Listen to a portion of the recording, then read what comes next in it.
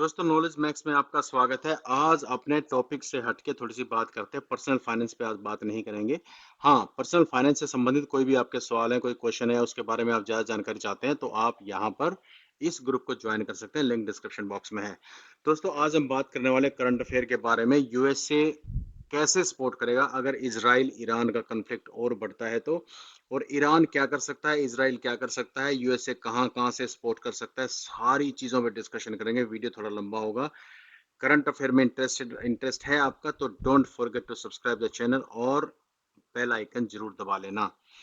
उससे पहले एक डिस्क्लेमर मैं आपको दे दूं दोस्तों, किसी भी तरह का ये एजुकेशन पर्पस के लिए वीडियो है। किसी भी तरह का डिसीजन लेने से पहले अपने विवेक का इस्तेमाल करें। ओके, ये एक मैप है। इस सबसे पहले तो मैं रिया गुप्ता को, जो जिसने मैप ये डिजाइन किया है, उसको क्रेडिट देना चाहता हूँ। आप दे सकते हैं, रिया गुप्ता। सोर्स है council of foreign relations AP and the Hindu से मैंने इसको लिया है। तो सबसे पहले मैं इनको क्रेडिट देना चाहता हूँ तीनों चीजों के लिए। ठीक है दोस्तों, यहाँ पर आपको पहले लेफ्ट में देखना पड़ेगा। यहाँ पर आपको चार चीजें दिखाई देंगी।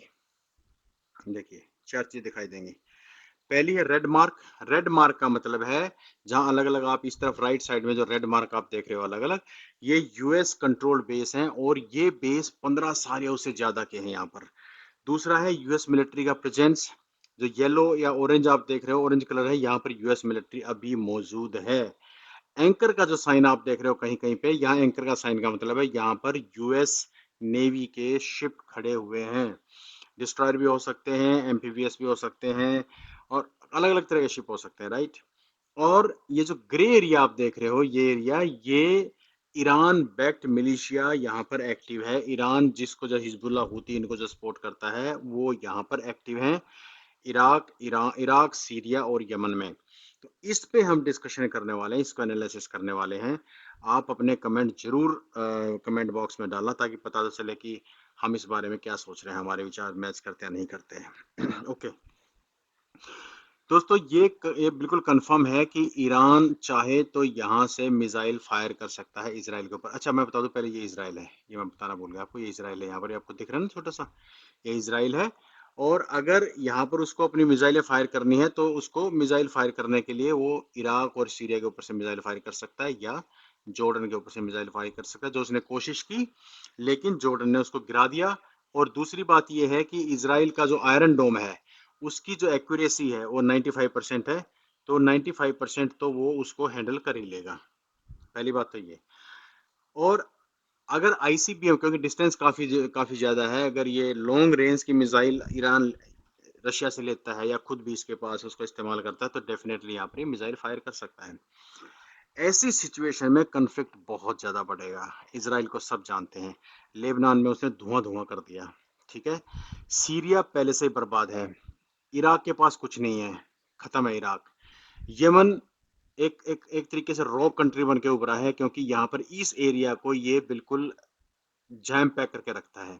हूती विद्रोही जो हैं, हूती विद्रोही यहाँ पर इस रास्ते को, स्वेज कैनाल वाले रास्ते को होल्ड करके रखते हैं, यहाँ से आने नहीं देते हैं लोगों को, जिससे उनको नीचे से आना पड़ता है और वहां पर कॉस्ट बढ़ती है। ठीक है, अब बात यह है कि अगर कल को बात बढ़ती है, मान लीजिए सऊदी अरबिया इस लड़ाई में कूदता है, जो बिल्कुल अनलाइकली है, लगता नहीं मुझे ऐसा होगा, या यमन, यमन इसको सपोर्ट करता है क्योंकि यहाँ पर हूती हैं, और यमन की सरकार इसको अगर सपोर्ट करने की कोशिश करती है, तो यहाँ यहाँ पर माफ कीजिए, या और कोई कंट्री इसमें सपोर्ट जाने की कोशिश करता है, इजिप्ट है या जॉर्डन है या कोई भी जो इसको सपोर्ट करता है ईरान को ये सब काम करने के लिए, तो यूएस इसकी हेल्प के लिए सीधा सीधा आएगा। और यूएस की इतनी स्ट्रेटेजिकल पोजीशन है यहाँ पर कि उससे पार पाना किसी भी कंट्री के लिए बहुत मुश्किल होगा।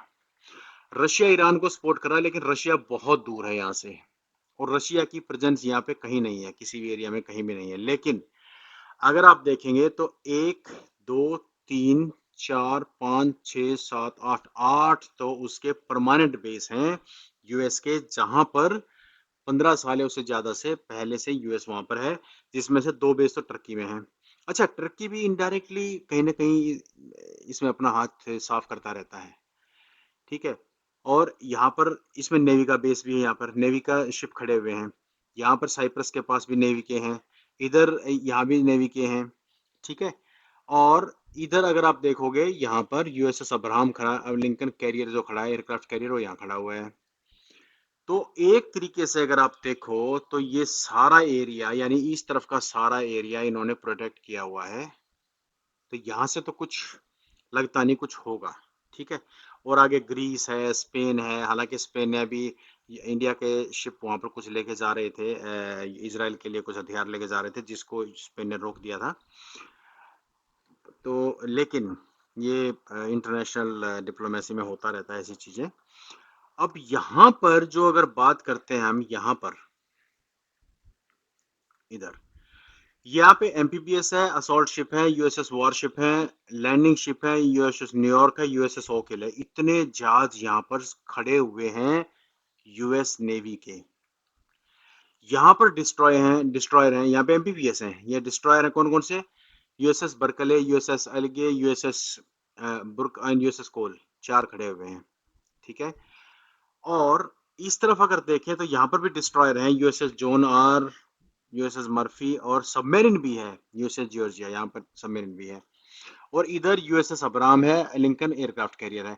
तो ये तो बहुत ही स्ट्रांग पॉइंट है, क्यों यहाँ से तो आप कहीं भी फ्लाई कर सकते हो। तो ईरान ऐसी गलती बिल्कुल नहीं करेगा कि यहाँ से कोई भी पंगा ले इस एरिया से। तो अब इधर से अगर वो कुछ करने की कोशिश करता है इधर, तो यहाँ पर यूएस के बेस ही बेस हैं। देखिए आप, सारे बेस ही बेस हैं यूएस के। यहाँ पर देखिए, कुवैत में 3 बेस हैं, यहाँ पे है, यूएई में है, बेस ही बेस है। इधर से अगर वो कोशिश इधर से उठाने की कोशिश करता है, तो यहाँ पर यूएस का बेस है, यूएस के बेस है, इधर से कोई नहीं आएगा, ठीक है। तो मुझे लग रहा है इस करंट सिचुएशन में, और उसके अलावा अभी यूएस की मिलिट्री साइट्स देखो, इराक में भी हैं, जॉर्डन में भी हैं, सऊदी अरब में भी हैं, यहाँ इसराइल के पास नीचे भी है, सीरिया में भी हैं, साइप्रस में भी हैं। तो यूएस ने, और ये सऊदी अरब में यहाँ भी है, यूएस ने बिल्कुल इनको घेर के रखा हुआ है। तो किसी भी तरह का कोई भी एडवेंचर अगर ईरान करने की कोशिश करता है बड़े लेवल पे, तो यूएस उस वार में कूदता है, तो ये वर्ल्ड वार भी हो सकता है, ऐसा पॉसिबिलिटी है। क्योंकि उधर से रशिया फिर बिल्कुल सपोर्ट करेगा, क्योंकि ईरान ने उसका एली है। लेकिन ऐसी संभावनाएं मुझे काफी कम लग रही हैं कि ईरान इस तरीके की कोई एडवेंचर करने की कोशिश करेगा। छोटे मोटे काम करता रहेगा, लेकिन बड़ा मिसाइल हमला या इस तरीके की चीजें वो नहीं करेगा। मुझे लगता नहीं ईरान किसी भी तरह का कोई हमला इसराइल पे करेगा। वो सिर्फ हिजबुल्ला और हुती को आगे करता रहेगा, उसके बैक बैक से उनको सपोर्ट करता रहेगा और उन पर हमला करवाता रहेगा। डायरेक्ट मुझे नहीं लगता ये इस युद्ध में बड़े लेवल पे कॉन्फ्लिक्ट में कूदेगा। तो ये मेरी अंडरस्टैंडिंग है। आपकी अंडरस्टैंडिंग क्या है फ्रेंड्स, एक बार जरूर बताना। तो मुझे लग रहा है कि अगर जो समरी ये है कि अगर ये एस्केलेट होता है, ये रीजन में अगर प्रॉब्लम एस्केलेट होती है, तो यूएस डेफिनेटली सारे अपने बेसिस को एक्टिवेट कर सकता है, and that may lead to a bigger conflict.